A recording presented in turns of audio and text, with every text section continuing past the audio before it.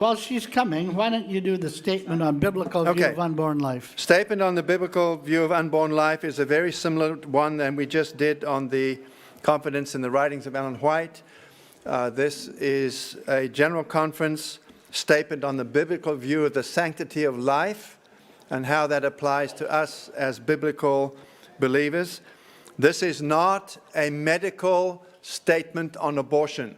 I need to stress that. This is not a hospital doctor's medical statement on abortion.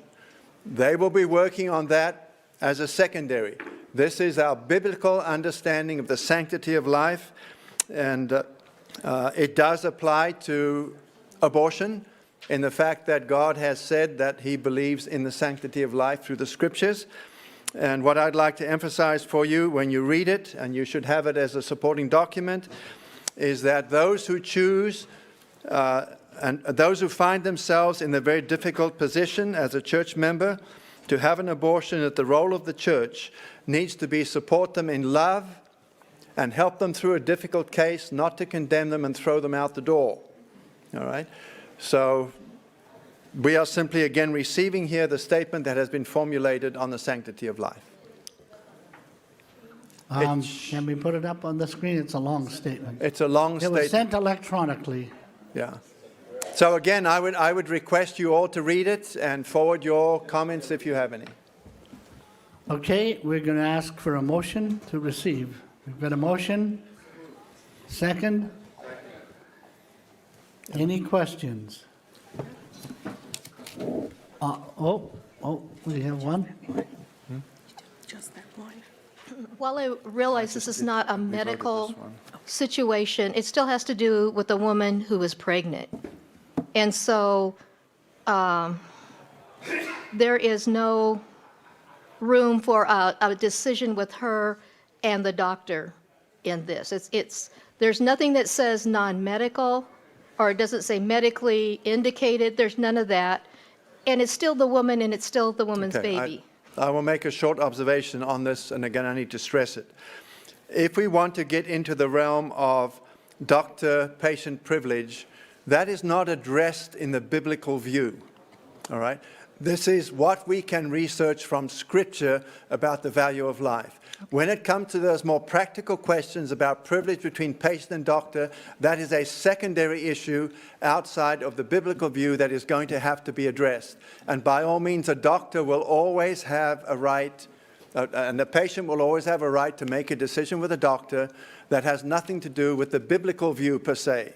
It's a privilege, it's a client privilege that they have to wrestle with. But I have to tell you frankly, folks, the Adventist Church hospitals have been under tremendous criticism of being abortion factories, and statistics do not bear that out. All right? Do not bear it out at all.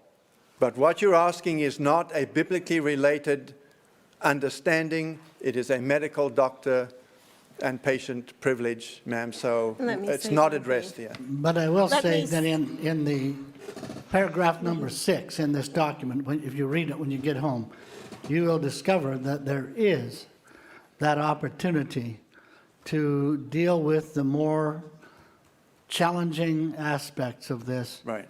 And then work with it. It is not it does not close the door. Right. Or it does not promote. But that element is there in the document, and it does allow for the woman who is in charge of that child inside.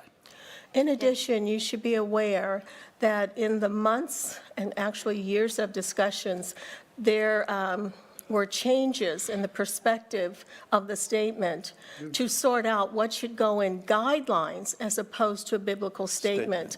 And the World Church decided to focus only on the biblical statement that would provide underpinnings and principle for what might then give some guidance to guidelines that would deal with some of those specifics that not just you, but many people want to see.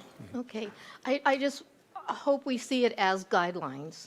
Or This is biblical. this is only not. guidelines. This As is not biblical, guidelines. yeah, it's biblical Foundation. and not guidelines, because a lot of Right. times we in the church mix those up. Yes, Right. we do. Okay, thank you. It is not a doctrine, it is not a part of the church manual. No.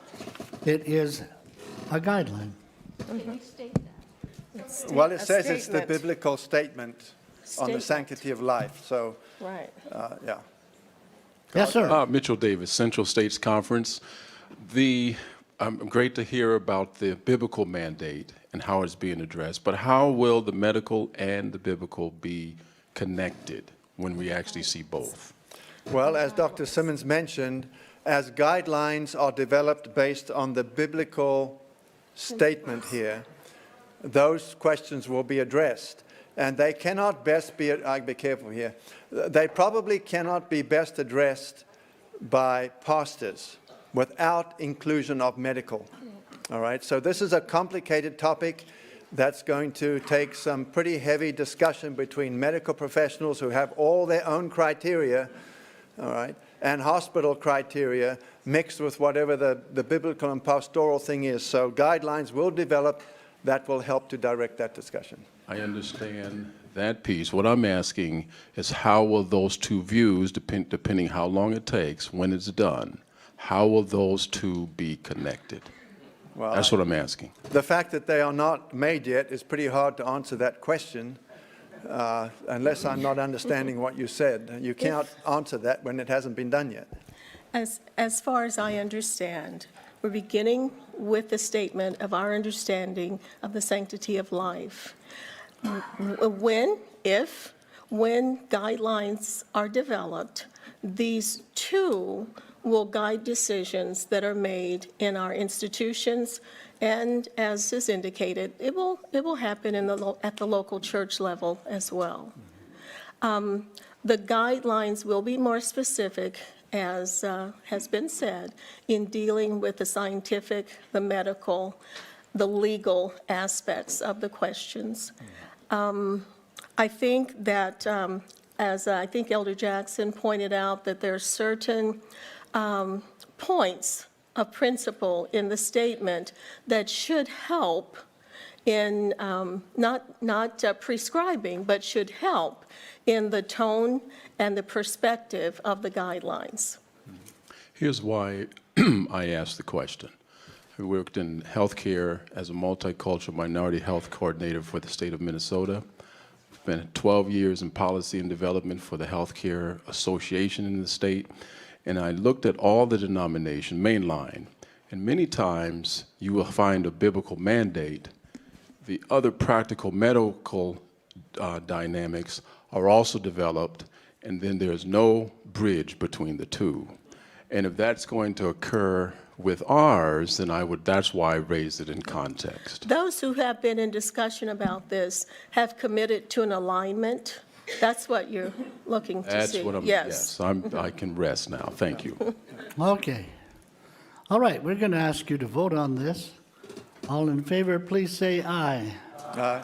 Opposed, nay. That is carried. Let's go to the ADRA Every Child. Thank you, Jim.